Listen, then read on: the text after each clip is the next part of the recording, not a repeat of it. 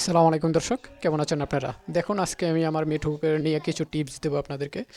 যারা আদরের পোষা প্রাণী বা কিংবা পোষা পাখি পোষেন, তারা অবশ্যই পাখিদেরকে এভাবে একটু যত্ন নেবেন।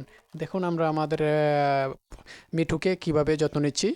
মিঠু খুবই শীত অনুভব করছে এবং সে শীতে খুব একটু জিমায়। এই যে দেখুন, আজকে দেখবেন মিঠু কিভাবে জিমায়। আর মিঠুকে আমরা দেখুন গায়ে জামা পরিয়ে দিয়েছি। মিঠু গায়ে জামা পরে খুবই খুশি। দেখুন কিভাবে সুন্দরভাবে দৌড়াদৌড়ি করে। মিঠুকে কেমন লাগছে আপনারা অবশ্যই কমেন্ট বক্সে জানিয়ে দিবেন। এই যে দেখুন, মিঠুর জন্য আমরা শীতের একটু আহ, আমাদের বাড়তি অবস্থা এখন দেখুন মিঠু খুব আরাম বোধ করছে। এখন ঘুমিয়ে যাবে, দেখুন দাঁড়িয়ে মিঠু ঘুমিয়ে যাবে।